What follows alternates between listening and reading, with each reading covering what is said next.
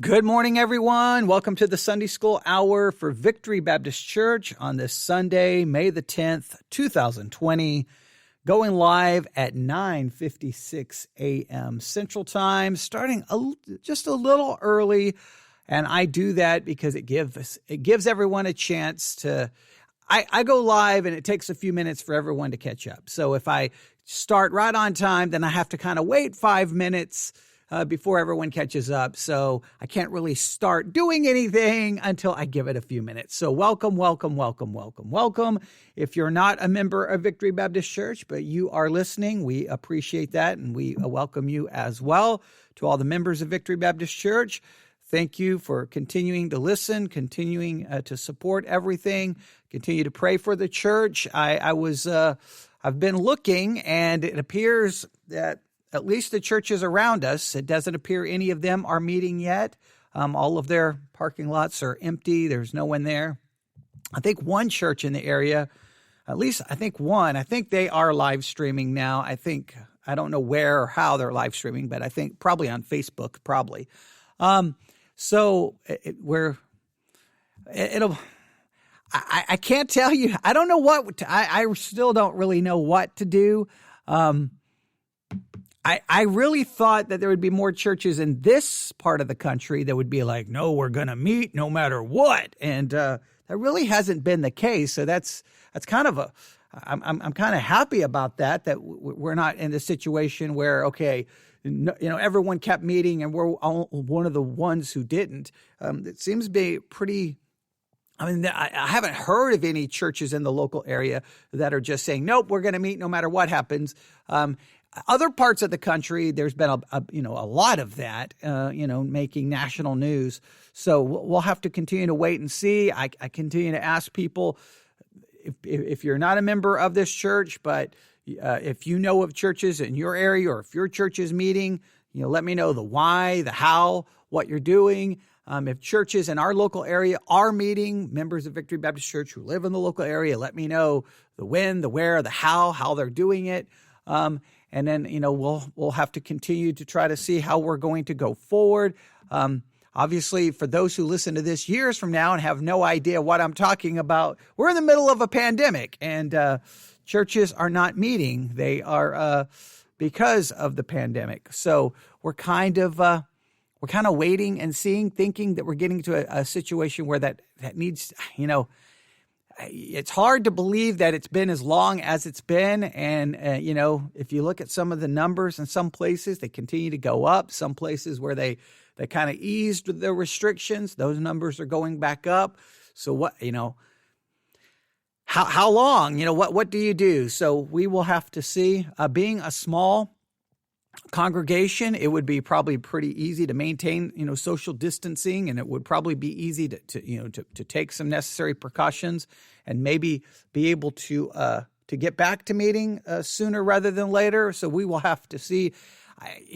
I would like to get back to having church as normal as soon as possible. I can tell you that. I would definitely like to get back to normal as soon as possible. But we also want to be safe and smart. So we will see. Again, members of Victory Baptist Church, you can offer your feedback whenever and let me know what you're thinking.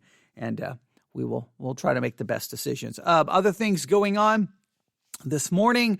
For the VBC Bible Institute, we listened to a sermon from Dr. J. Vernon McGee on Genesis chapter 1. As I continue our journey through the Bible, I don't know how many lectures I've done on Genesis so far. And we've been granted permission by Dr. J. Vernon McGee's ministry to use his material to supplement what we are doing. So we're definitely taking advantage of that. So a sermon from Dr. J. Vernon McGee on Genesis 1, some interesting comments in it. I won't go and start analyzing it, but it was interesting. So played that this morning. Also, well, if you think of last week, last week was interesting. We spent all of last Sunday, really focusing on some Greek words and some terms about, understanding and eyes and perception and those, having the right understanding. And so a lot of things that I have been talking about on the Theology Central podcast and a lot of other issues kind of really relate to that. So hopefully it was beneficial to everyone. It was there for a purpose. So it wasn't there just to say, hey, we can talk about some Greek words. It was there to really get us thinking about this idea of having a correct understanding about things, having a spiritual perception. That's why I've been doing the 21, 22 paradoxal statements. That's why I have spent the time, looking at those, because that exercises our mind to try to think spiritually about things, having a spiritual understanding, having spiritual wisdom. We live in a time where we need Christians who can think. Christians are the ones who can be, we can't be salt and light if our thinking about no matter what the subject is so twisted. The thinking is broken. It's so infiltrated with all kinds of other ideas. It's politically motivated, and we're not thinking from a biblical and spiritual perspective. So there was a very important reason why I spent all of the time on that. Hopefully people caught on to what I was trying to do, and hopefully it was beneficial. Now, with all of that said, for the Theology Central podcast, once the pandemic started, I started doing something called catechesis during a pandemic. And I think I'm kind of a stopping point for that kind of a mini series. It wasn't intended to go on forever, but it was intended to try to say, hey, during this pandemic, when maybe you have some extra time on your hands and sitting at home, let's focus on some things spiritually and not get, preoccupied with all of the noise going around. And I attempted to do that, and hopefully to some level of success. But coming up on the Theology Central podcast, we are going to be spending a considerable amount of time focused on, a very important book, a book that is very important in church history. It's a book that, according to some statistics that you read, has been translated in more. Basically, the only book that's been translated into more languages is the Bible. So this book has been translated in countless number of languages. There are so many editions of the book that scholars can't even keep count. The book is praised by so many people, and it is that book that we're going to be spending a lot of time with on the Theology Central podcast. So I thought, hey, if I'm going to be doing that for the Theology Central podcast, and we all know what I'm going to do. If there's some famous book, a book that has had a prominent, place of importance in church history, then let's use Sunday school today, to learn the history and learn a little bit about the author of that book. So that is what we're going to be doing today, and hopefully it will be beneficial. A little bit of church history for the Sunday school hour this morning, and you know how I love church history, and hopefully everyone listening does as well. If you don't, just doesn't matter. We're always going to study church history with or without anyone's approval, because, we all know what I'm getting ready to say, right? Ignorance of church history does not what? Come on, class, I want to hear it. The ignorance of church history does not in any way, shape, or form negate its influence, its importance, and its significance. You're going to be influenced by church history whether you know it or not. We've all been influenced by it. So being ignorant of it doesn't make any sense, because I'd rather be knowledgeable of what could be influencing me than being ignorant of what is influencing me. That just seems not to be smart. So church history, that's what we're going to do. So hopefully everyone is ready. So I would challenge you to get a notebook. I'm going to take a drink of water. Get a notebook, be ready to take some notes. If you're confused by anything, members of Victory Baptist Church, it's very simple for you. You can jump into the chat and say, hey, I'm confused by this, and I will try to look at that. I won't be able to look at it while I'm speaking, but as I get close to the end, I will check it to see if there are any questions, and then try to answer those questions, or you can obviously offer any comments, but I won't be able to check it while I'm teaching, because I need my iPad not to check chat, but to look at all my notes. That's what I need it for. So, all right, everyone ready? All right, let's begin with this. I think this is kind of give us some reason why we're going to look at this individual and why I'm going to be spending time with this book on the Theology Central podcast. Sir Thomas More, England's famous Lord Chancellor, he said that this book that we're going to be looking at was one of the 3 books that every person should own. It's one of the 3 books that every person should own. He thought everyone should own at least this book along with 2 others. We won't get into the other books he suggested, but the book that, well, I've got 2 copies of it right here in front of me, 2 different translations right here in front of me. This is a book that, he believed, and that's, again, Sir Thomas More, England's most, not most famous, but famous Lord Chancellor, right? And I think it was under Henry VIII, but yeah, I could be wrong. You can verify that. Ignatius of Loyola, I can never say that right. Ignatius of Loyola, founder of the Jesuits, he read a chapter from the book every single day. Every single day, Ignatius of Loyola, he would read a chapter from this book every single day, and he would, on a regular basis, give as many copies away as he possibly could.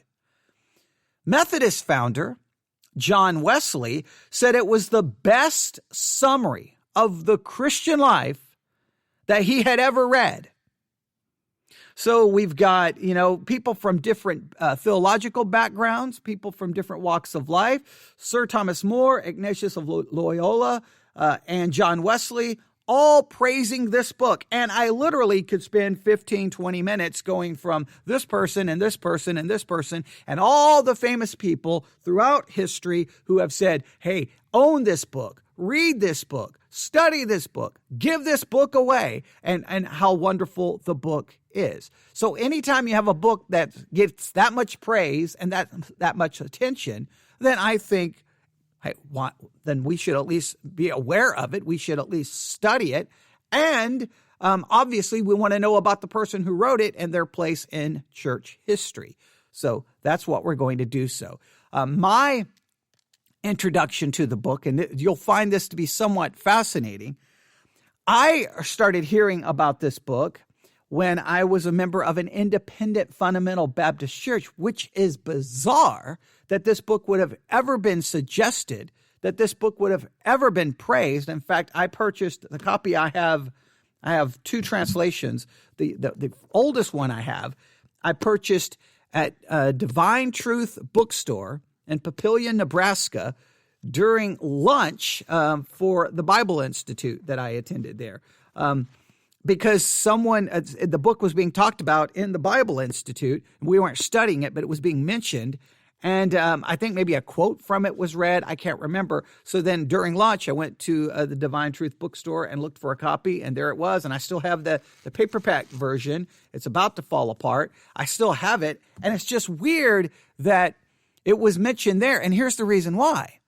The book, I know you're like, what's the name of the book? You're never going to find out the name of the book. No, I'll tell you at some point. But the interesting thing is, well, it's Catholic. And I don't know why, because independent fundamental Baptists, Catholics are of the devil. So I don't know why. To this day, I still can't wrap my mind around it. There's probably what happened, because this happened a lot sometimes in the independent fundamental Baptist world. Because, for example, they would every quarter up in the front of the church, they would lay out all of these sermons by Charles Spurgeon, Charles Haddon Spurgeon, and there's sermons by Spurgeon, right? Okay, and you're like, wait a minute, independent fundamental Baptist church that is as Arminian can be, handing out sermons by the Calvinist Charles Haddon Spurgeon. I'm like, what is going on here, right? But yeah, so and I don't think they they understood the history of Spurgeon. Maybe they didn't understand his theology. I don't know. Some of the sermons they handed out literally taught Calvinism. And then, well, if you believed in Calvinism, you would be basically thrown out of everything in that church. So it was, sometimes I think they didn't understand what they were reading, Maybe they didn't understand the theological. I don't know. I don't know how you could read Imitation of Christ and not realize it's Catholic. I have no idea. But weird things happen. But sometimes that happens because of ignorance of church history.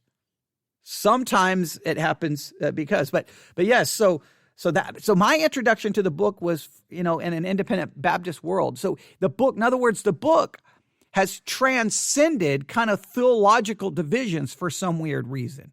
I was watching a lecture from Harvard on the book earlier this morning, and so there. I mean, a lecture at Harvard on the book, and they were talking about how challenging the book can be, even for a person who's not a believer of any kind. So the book really has transcended a lot of different sectors and segments of life, theologically speaking, and just from different walks of life. So it's kind of interesting, and I think that's why think it's why we should look at the book, and I think it's why we need to study a little bit about the history of the author. Now, I say all of that, and you should be now screaming at me, what's the name of the book? Well, we're talking about The Imitation of Christ.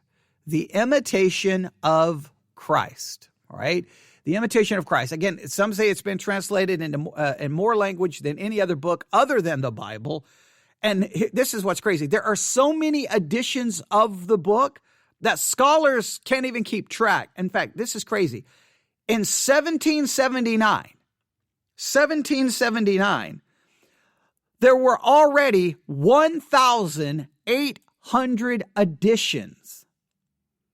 In 1779, there were already 1,800 editions of the book. The book had a major impact, and again, and just showing you, I learned about it in an independent fundamental Baptist church, and it was sold, at the Divine Truth bookstore in Papillion, Nebraska. They were not, definitely pro-Catholic there. Okay, they sold plenty of books that were very, very, very much against Catholicism. So I don't even know if they understood what. I still to this day don't get that. It's just bizarre that happened. So the Imitation of Christ. That's the name of the book. Now, if you want to get a copy of the book, if you go to theologycentral.net. theologycentral.net. Go to the blog section. I already have a description of the book and a link to the Amazon page. You can probably find it free online anywhere. If you so desire to go along with us over the next couple of weeks or ever how long it takes on the Theology Central podcast. But you may want to just read it just so that you say, and trust me, I know someone will be like, wait, it's a book. I bet you it's a big book. No, it is. Let me look here. 256 pages. It's a little paperback. I mean, you knock it out. And the chapters are so short, it's not even funny.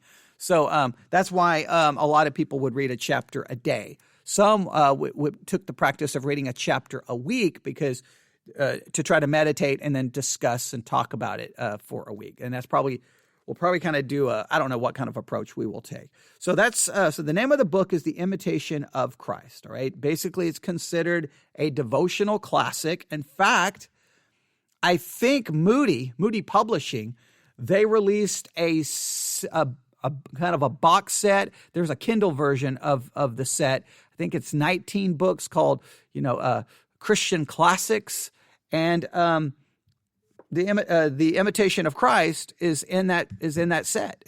So even Moody Publishing has published it. So in other words, it has transcended. It's left the Catholic world, and it's very much been influential in the Protestant world as well. So another reason to just know about it. Now, the name of the author, Thomas à Kempis. Thomas à Kempis. Thomas Kempis, Kempis, Thomas à Kempis. All right.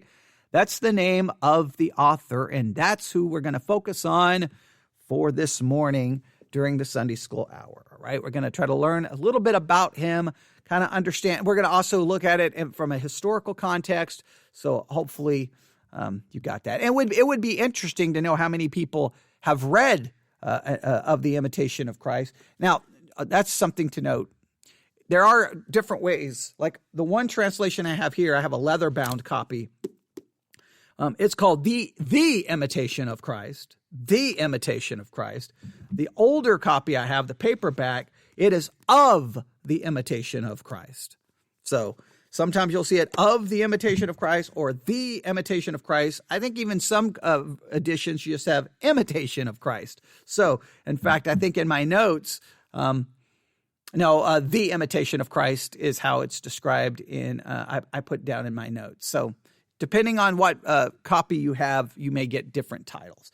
Of the Imitation or the Imitation of Christ, but the author, Thomas à Kempis. All right. So let's jump in and let's see what we can learn about him this morning. Everyone, I want to say, is everyone ready? And I can look at you and make sure. Some of you may need me to spell the name. I see. I hate when you teach like this. You know that I'm expecting people to take notes, so I'm looking for you to see if you're writing it down or if you need me to repeat it, because sometimes you can tell that people didn't get it or they need you to repeat it, and I can't see that. So I'm going to repeat it one more time. Thomas à Kempis, Thomasa,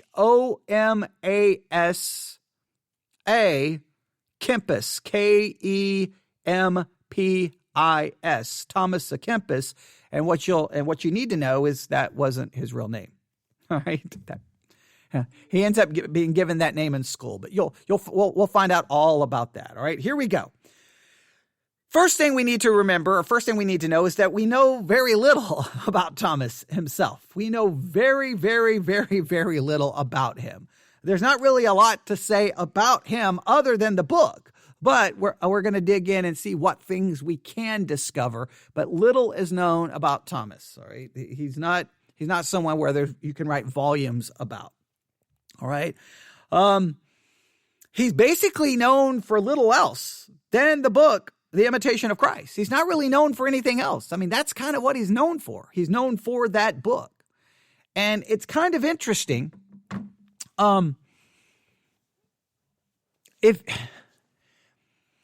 If we take a moment and just consider this, and when we see about his life, you'll see how this all fits together. As a Christian, because in life, okay, so try to, I know we can kind of separate these two out, but I guess we'll look at it from that perspective. Think of your life from the perspective of maybe your career, maybe being a parent, whatever. Just look at your life, not so much from a biblical perspective, but just your life. There is typically either we have these strong desires or dreams to be this or to be that, and we have maybe a certain level of a certain level we want to reach in a certain area where we can feel like, oh, we succeeded, or we have maybe a certain legacy that we want to leave behind. I accomplished this or accomplished that. Maybe some people don't care about accomplishing anything, and they don't care if they have a legacy. But I think most people, at least at some point in their life, they have this idea that I'm going to be this, and I'm going to be successful, and they want to do that. And people who become successful then obviously want all the people who knew them when they were younger to know that they reached that level of success. I think that's why people in many careers love if they get an award of some kind, they get some kind of recognition, they get a certificate, they're going to keep that. People will try to keep anything they can to try to say, look what I accomplished, what I succeeded, what kind of success I reach. I think we all have a perception of success. We all have a perception of wanting to be known. Well, for Thomas, really, he's not known for anything other than this book. And even in some ways, the fact that the book is so well known, he probably didn't, we'll look at some dates. We probably, I don't even know how well he may have even understood the success of the book ultimately. So I think it's kind of interesting. The way of life that he decided to live led him to a life of obscurity. It led him to a life of obscurity and to being unknown, to being anonymous in a way, right? I mean, that's not even, Thomas à Kempis is not even his real name. So he kind of, in a sense, died unknown and anonymous in a certain way. And was he successful? How do we define success? As Christians, we're supposed to have a different perception of success. Now, how do we reconcile that with our Christian life? Like we have certain desires. Are those desires in accordance with our Christian life? How should we view success? There's a lot of things that I think can be discussed about, that a lot of discussions that can arise from thinking about Thomas à Kempis and what he ultimately decided to do out of, I think it was 19 or 20 when he took a certain direction in life. So just keep this idea in your mind. How do you define success?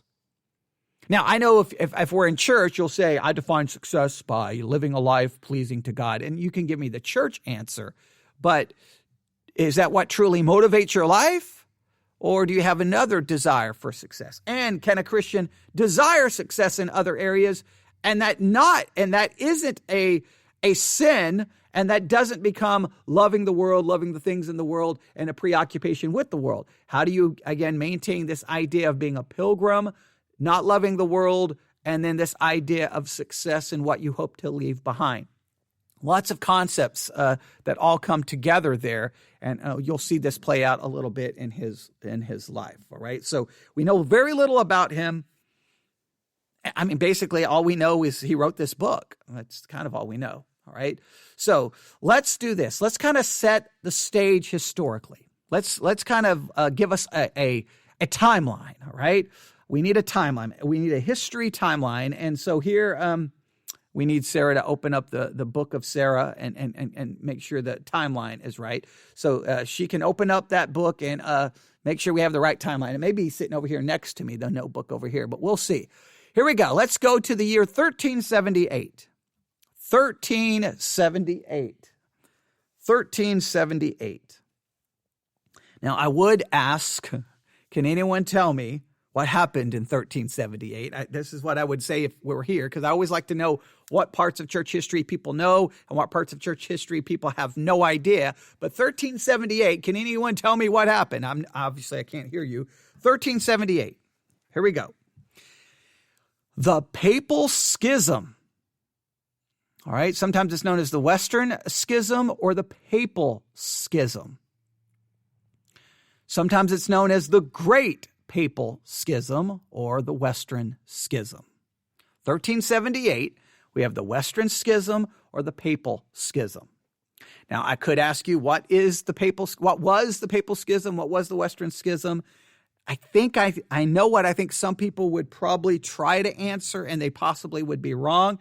But if you did not know, the Western Schism or the Papal Schism was a split within the Roman Catholic Church that lasted from 1378 to 1417. 1378 to 1417. 1378 to 1417. Western Schism or Papal Schism. 1378 to 1417. Now, during that time, three men at the same time claimed to be the true pope. You had three men at the very same time claiming to be the true pope. 1378 to 1417 is where this happened. That's why it's called the Papal Schism or the Western Schism, because you have three men saying, hey, no, I'm the pope. No, I'm the pope. I'm the pope. Now, this is very important to remember. This was driven by politics. It's driven by politics rather than any theological disagreement. This is about politics more than theology. All right. And just remember, I've said it before, I've said it again. When politics hijacks Christianity, you don't get Christianity. All right. Political hijacking of Christianity results in the corruption of Christianity.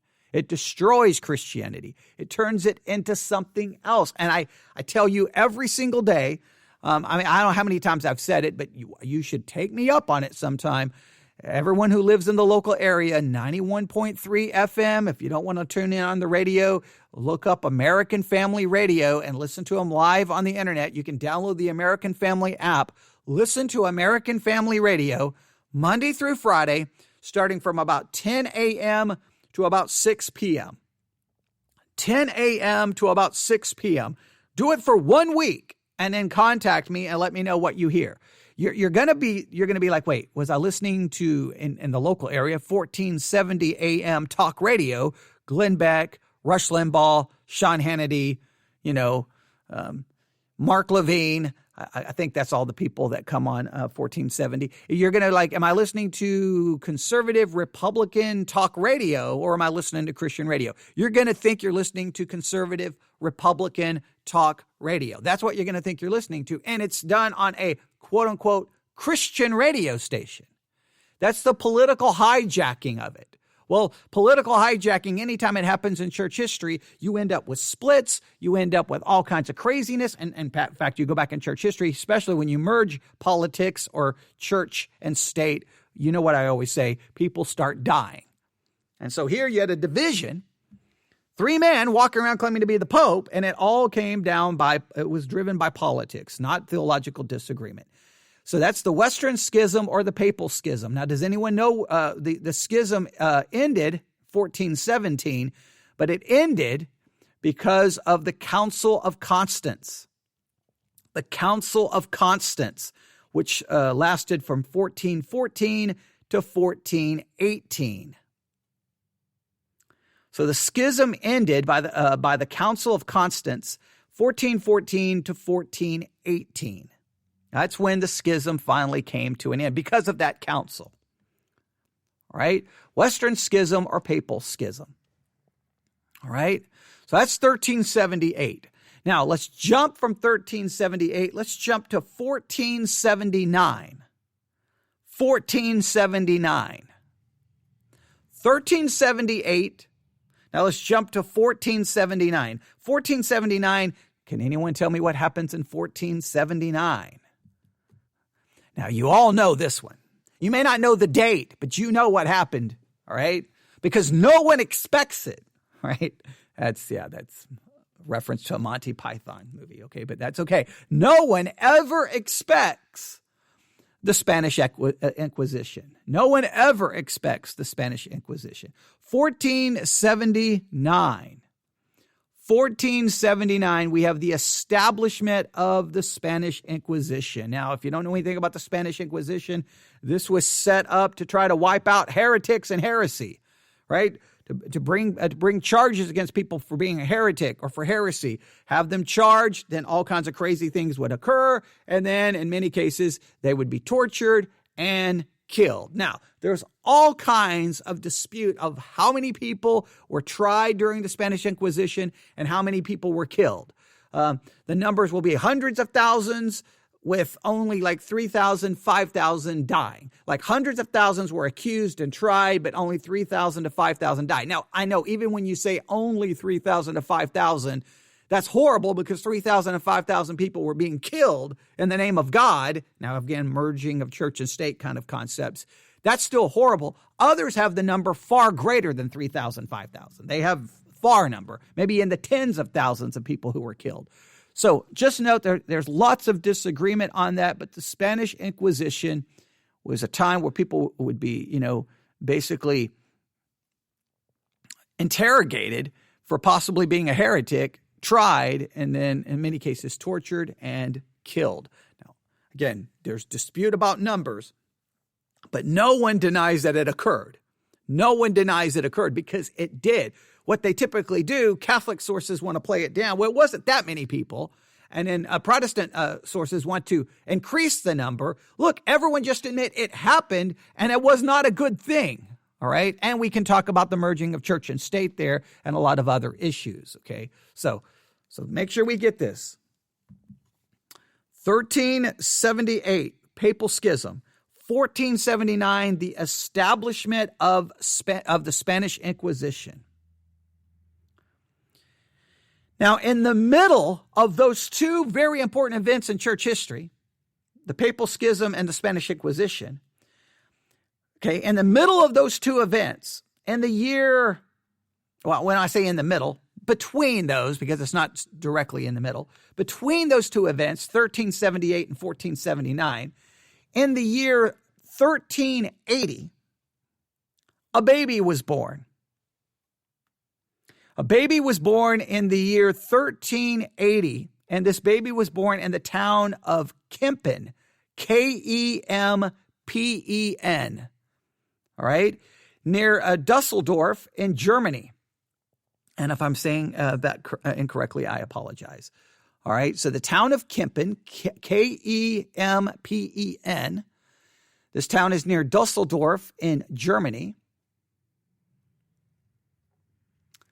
I'll give you a chance to get that down if you need it. So 1378, we have the Papal Schism. 1479, we have the Spanish Inquisition. And between those two events, a baby is born in 1380, and he's born in the town of Kempen, keep that in mind, near Dusseldorf in Germany. The baby was named Thomas Hammerken, Hammerken. Thomas Hammerken, Hammerken.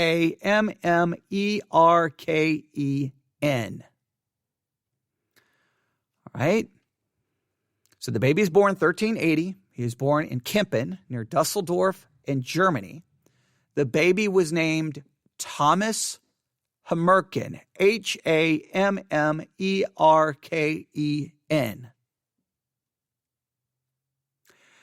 All right. Hopefully you got all of that down. Now, Thomas had a brother named John, if I remember correctly. I don't know if he had other siblings. I know he has a brother named John because they ended up being sent to a school together.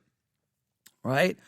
Thomas and his brother John were sent to attend a school. I think the name to the place they were sent was Deventer, Deventer. Deventer. They were sent there to attend a school. All right. And I do not know where Deventer is located or was located. I don't know where that is at the top of my head. I didn't think about looking it up. But he was sent there to attend the school. Now, this is what you need to know. Thomas was 12 years of age when they sent him there. I don't know how old his brother John was. I think John was older, if I remember correctly. The school was started by Gerard Groot. Gerard Groot, Groote. Gerard Groot. That's literally his name. All right. Okay. It was started by him, and in my notes, I put down, now you should know him. All right. But you probably don't. All right. So sometimes I'm like, yeah, everyone will know who Groot was. Everyone will know him. But then I'm thinking about, well, probably not. You probably don't have a clue who he is or who he was or what he did. The key thing to know about Groot, this is very important, is he started this school, and he also is known for starting the Brethren of the Common Life. The Brethren of the Common Life. That's very important to know. That's what he's famous for. The school and starting the Brethren of the Common Life. The Brethren of the Common Life. And I can't remember what that is in Latin. Frates, vitae, communis, something like that. All right. Brethren of the Common Life. Brethren of the Common Life. And the reason I was trying to remember the Latin is if you read any Catholic books and any books dealing with Catholic history, typically they give you Latin phrases for things. And so I know I've seen it in Latin somewhere, but yeah. Brethren of the Common Life. The Brethren of the Common Life. Yeah, here it is. In my notes, I have it, the Latin here as well. The Brethren of the Common Life. All right. That's this, he's known for starting this. Now, if you don't know what the Brethren of the Common Life was, I'll try to explain what it was. It was a Roman Catholic pietist religious community founded in the Netherlands. All right. It's a Roman Catholic pietist religious community founded in the Netherlands. Just main thing to know, it was a Roman Catholic religious community founded in the Netherlands in the 14th century by Gerard Groot. Right? So it's a religious community, Catholic religious community. Remember, Thomas Hammerken was sent to this school at the age of 12, right? And the school is connected with the Brethren of the Common Life. It was started by the same individual. who started the Brethren of the Common Life. Now, Groot was a successful and worldly educator who had a religious experience and preached a life of simple devotion to Jesus Christ. Right? Now, the thing about the Brethren of Common Life, this is kind of interesting, they did not take up vows that were irreversible, all right, or irrevocable. They did not take up vows like that. Hey, you take this vow and you can't revoke it, you can't get out of it. They did not do that, all right? But without taking up these vows, the brethren banded together in communities, giving up their worldly goods to live chaste and strictly regulated lives in common houses. So the Brethren of the Common Life was a religious community, Catholic religious community, and they didn't take any vows like, that you could not, get out of. They were irrevocable. But what they did do is they banded together in communities, giving up their worldly goods to live chaste and strictly regulated lives in common houses. And this is how they lived. They devoted every waking hour to attending divine service, reading and preaching of sermons, laboring productively and taking meals in common that were accompanied by the reading aloud of Scripture. All right? Basically, this group had few features which distinguished it from a monastery. Basically, it was like a monastery. In fact, I think some books will even kind of refer to them as being like a monastery. But just keep in mind, this is a religious group. They dedicated their lives to, Scripture, to reading, to prayer, to the divine service. That's what they gave their life. Every waking hour was dedicated to that. That's what they gave their life to. And this group and the one who founded that group founded the school that Thomas ends up at the age of 12. At the age of 12. Now, what happens when a 12-year-old gets kind of sent to a school that's kind of got this kind of mentality to this? Does Thomas respond positively, or does Thomas say, hey, I'm 12. I don't want to be here. I'm 12. I want to go outside. I want to go play. I want to go do whatever kids did back then. I don't know. How did Thomas respond? Well, Thomas absolutely loved it. He loved it.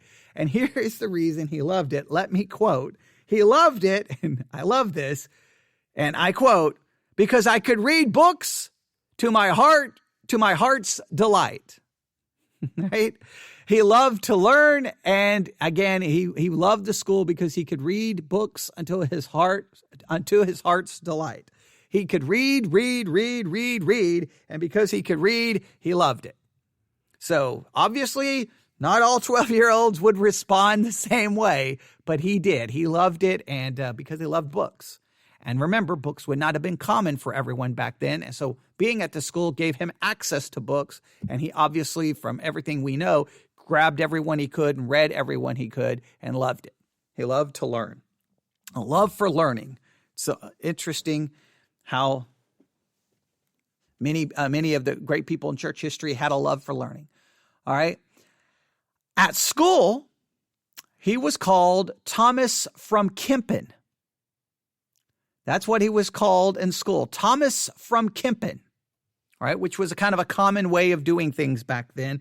So his last name becomes forgotten, and he becomes known Thomas from Kempis. Now, we can kind of see where this is going to go, all right? As a result, Thomas Hamerkin was forgotten, and Thomas à Kempis has become known around the world, right? So that's kind of how his name ended up changed.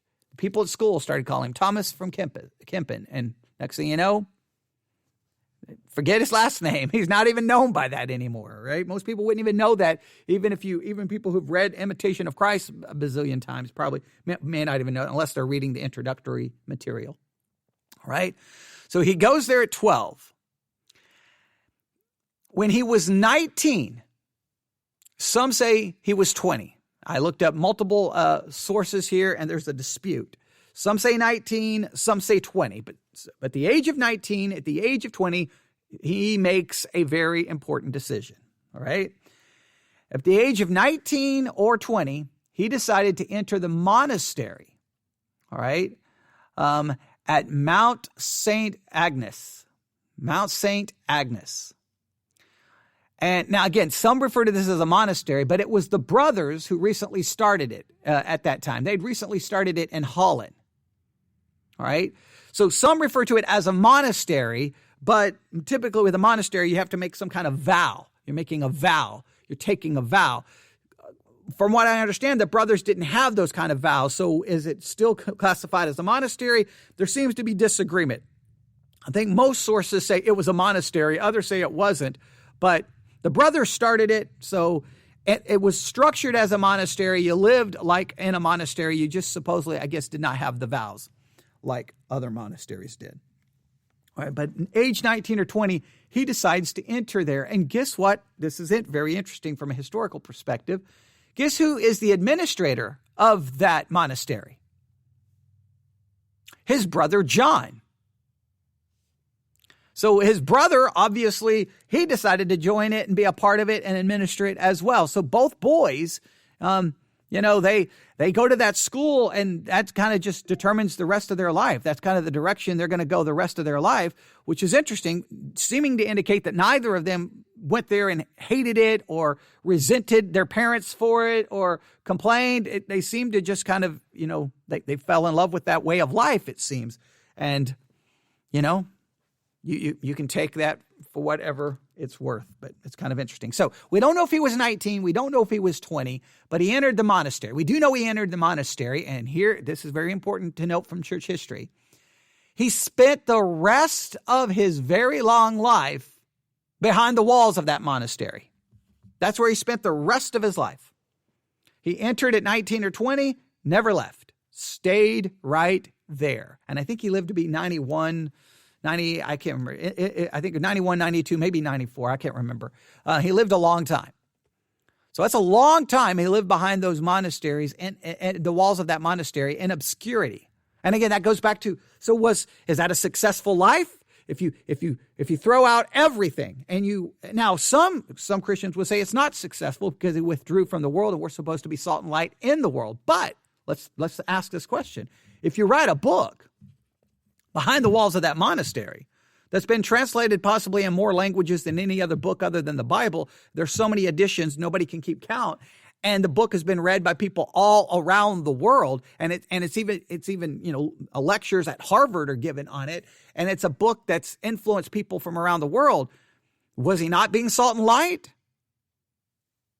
Was it not a success? That we can get into a whole discussion there. The pattern of Thomas's life remained the same over the years. He devoted his time to prayer, to study, and to copying manuscripts. Right? So he devoted his time to prayer, study, copying of manuscripts. I think he copied, if I remember correctly, the entire Bible multiple times. I think I've read 3 times, maybe more. So he would just sit there and copy, spend hours and hours copying the manuscript word for word, to have, I guess, additional manuscripts of ultimately the Bible. And again, that's very important to remember how it happened. If you get a manuscript, people would copy a manuscript. They'd have a printing press, and then those copies. And without people spending time sitting there copying manuscripts, listen, without that copying of manuscripts, we don't get what we have today. Sometimes it's interesting when you see sometimes the mindset of early Christians and all the care they gave to the Bible, copying manuscripts, memorizing manuscripts. And you look sometimes at the mindset of Christians today. With the mindset of Christians today, where would Christianity be today if the people then had the mindset of Christians today? Would Christianity even still exist? So, there you have it. But he's sitting there copying manuscripts. So again, he devoted all of his time to prayer, to study, to copying manuscripts, to teaching novices, new people who would enter in the monastery, offering Mass, please note, offering Mass, so Catholic, okay, hearing the confessions of people who came to the monastery church. From time to time, Thomas was given a position of authority in the community of monks, but he consistently preferred the quiet of his cell to the challenge of administration. All right. So over time, he was like, look, I don't want to do anything. I want to sit in my cell. That's where I want to be. I want to be in my cell. I want to read. I want to study. I want to copy manuscripts. I don't want to do anything else. He didn't want to be involved in anything else. That's where he wanted to be, is a whole life just in a cell. And in fact, they call it a cell. You know, some people would feel like that it's prison, but for him, it wasn't. The other monks eventually recognized Thomas's talent for deep thought. So over time, they kind of realized, man, this guy, he's got some deep thoughts. He likes to think. So over time, basically, they just stopped troubling him with practical affairs. They just left him alone. They're like, you know, Thomas is going to be in his cell for the next 6 years, never going to come out. Let's just leave him alone. And they didn't stop bothering him with practical affairs. Thomas wrote a number of sermons, letters, hymns, and lives of the saints. So he would study and investigate the lives of different, people that was considered saints. At some point, they were declared to be saints, and I guess he wrote and tried to capture the stories about them. But to be honest, most of those other things, I don't know. I think I've heard one sermon of his, not heard it like preached, but heard it read. I don't know of any of the hymns that he wrote, and I don't know of any of the letters. I think I've read maybe some of his accounts on the lives of saints. I don't remember too much. I don't remember pretty much any of those things other than the sermon. I think there was one, and I think he was talking about the state of the church at that time, which kind of gives you a little historic. That's why I gave you that timeline. I think I'll have to find that sermon.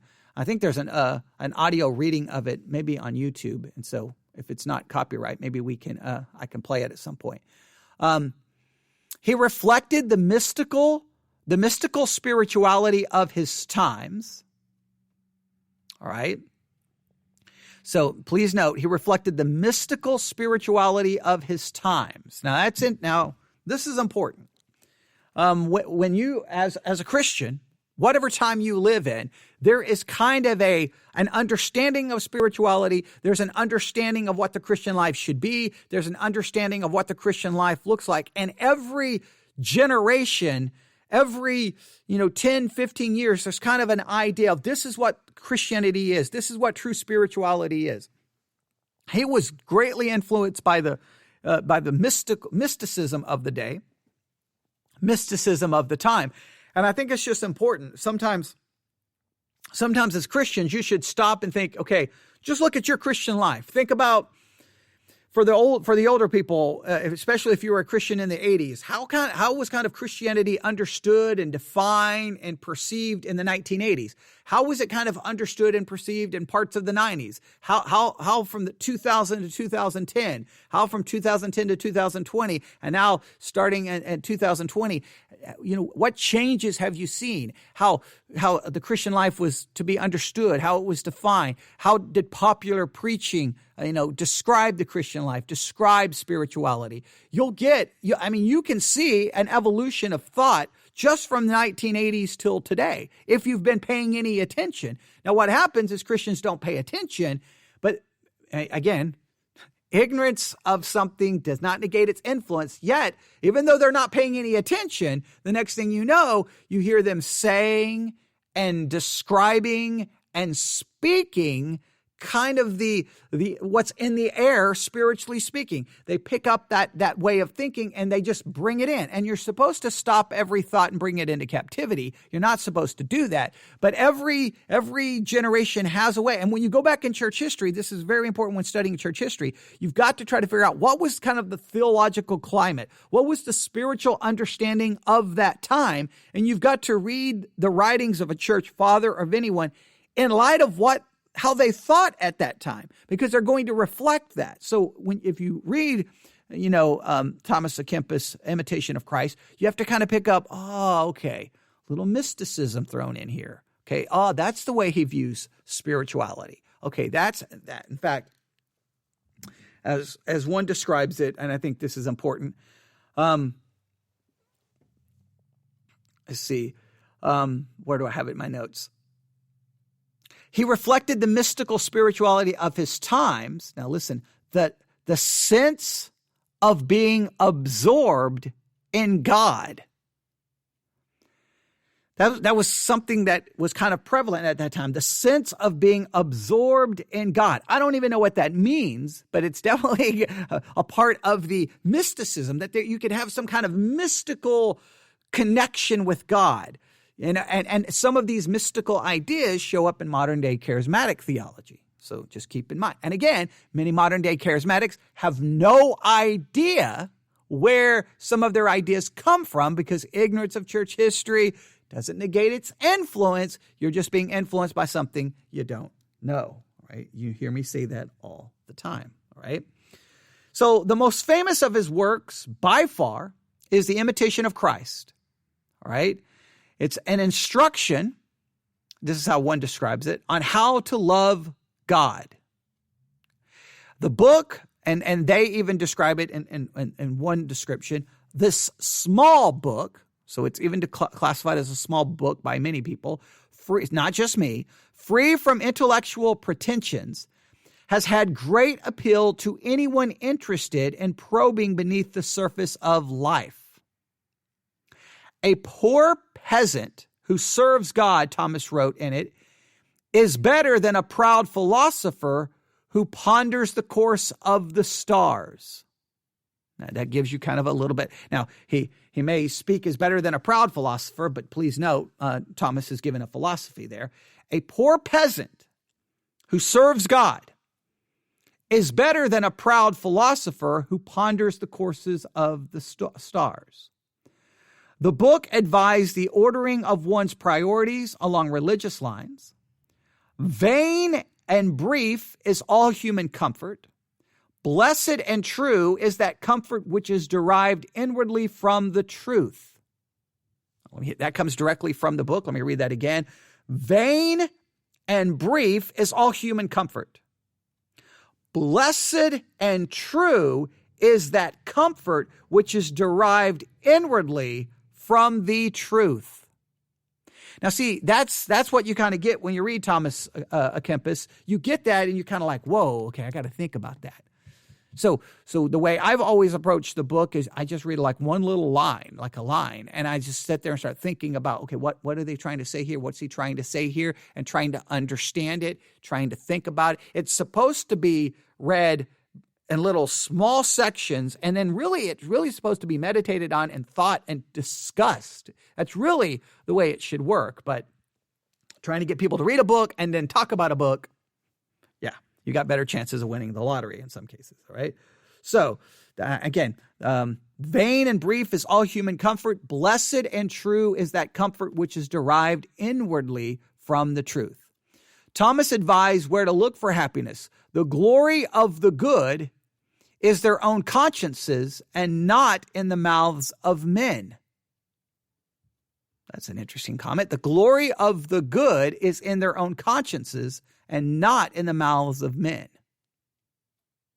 The Imitation of Christ has come to be, after the Bible, the most widely translated book in Christian literature. Thomas died in the same monastic obscurity in which he had lived on August the 8th, 1471.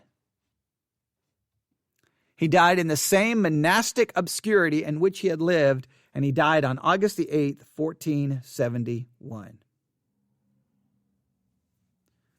All right, now we're almost out of time, so I've got to read these next parts that I have here in my notes quickly, all right? I'm not going to be able to break these down, so I'll go as fast as I can. All right, so Thomas died in obscurity in that monastery, which he had lived since the age of 19 or 20 on August the 8th, 1471. August the 8th, 1471. Now, in the monastery, there he became the prior's assistant charged with instructing novices in the spiritual life. In that capacity, in that capacity. So when he was instructing novices, now remember, he preferred not to be doing really anything else but sitting in his cell. But during that time when he was doing this, in that capacity, he wrote 4 booklets. He wrote 4 booklets. And he wrote these 4 booklets between the year 1420 and 1427. So he wrote 4 booklets between 1420 and 1427. They were collected and named after the title of the first booklet. So he wrote 4 booklets. They were then put together, and they were given the title, because he gave one of the titles of one of those booklets, The Imitation of Christ. All right? So he wrote 4 booklets between the year 1420 and 1427. They were collected and named after the title of, I think it was the first booklet, called The Imitation of Christ. And that's what the collection became known as. Now, in The Imitation, Thomas combines a painfully accurate analysis of the soul with a clear vision of the fullness of the divine life. He does not describe the spiritual life in a linear way, as if one step precedes another. Now, this is very important. He does not describe the spiritual life in a linear way, as if one step precedes another, but instead repeats and embellishes themes like a symphonic composer. So he repeats and embellishes themes.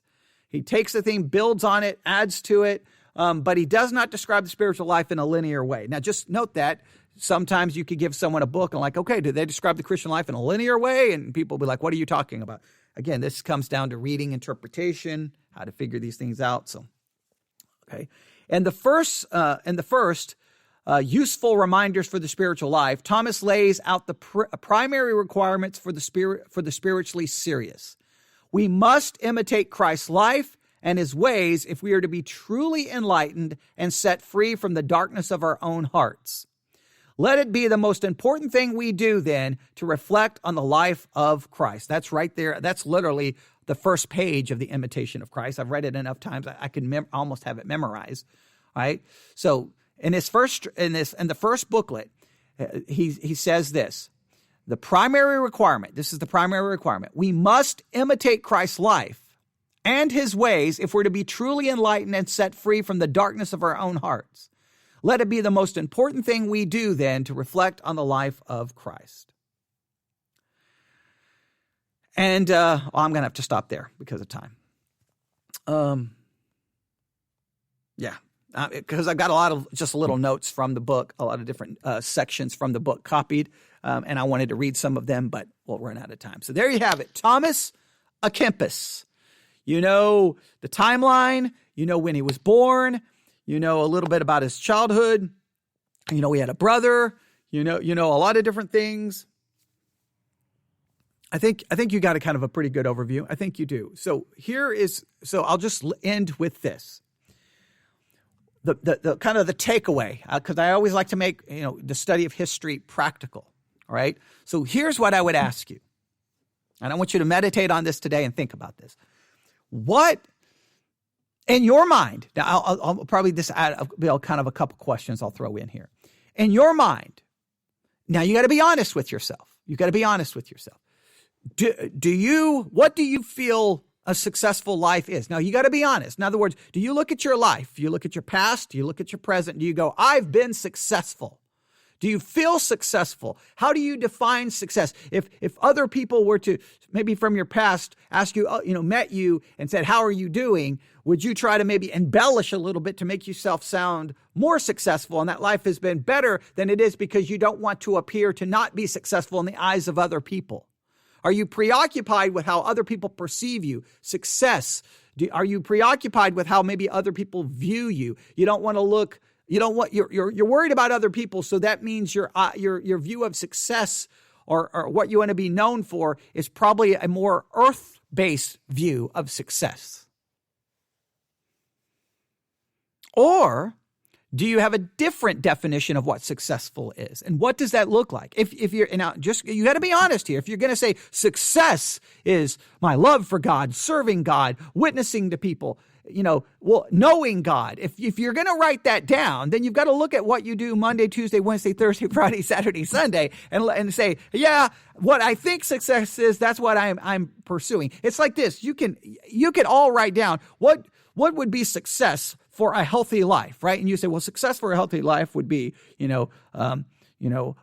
eating correctly, exercising, 3 to 4 times a week, for 20 minutes, getting your heart rate over this particular rate, having my weight at this, having my blood pressure at this. You could all write down, everyone could write down, this is what a successful, healthy life looks like. But unless you're out pursuing it, you may believe that theoretically, but you don't believe it in any practical way. So you could write down, everyone at Victory Baptist Church, if we were all here together, you would all probably throw out the right answers. Well, to love God, to love God and to glorify God and enjoy Him forever. You could go, use the catechism on me. You could all say that. And so success would be, what should a successful life look like? One that glorifies God and enjoys Him forever. But do I really mean that? So, and the reason I bring it up is because some ways, he abandoned everything and wanted to sit in his cell. Was that successful? But at the same time, he wrote one of the most influential books in church history. So was that successful? If a Christian is pursuing success in the world and they become the top of their field and they have all these successes and all these rewards, should Christians celebrate that, or should we look down on that? Is that a successful thing, or is that putting success somewhere else? Just really meditate, and I'm stating it all kinds of different ways. I just want you to really think and question success. What is success? How do you define it? What is it? Because at certain points in church history, they believe success was getting rid of all your earthly possessions and dedicating your life to God. Then in church history, we turn from that mindset going, no, that's actually not successful. That's actually ungodly, and they're not following the scriptures. Because we're supposed to be in the world, not of the world. But what does in the world look like? This goes back to my discussion on the Theology Central podcast about Christians and culture. There's all kinds of different views of what that means, and no one can really agree on it. But you, as a Christian, you should at least think about success and how you measure it and what it is. And I'll stop right there. All right, there's our church history lesson for this morning.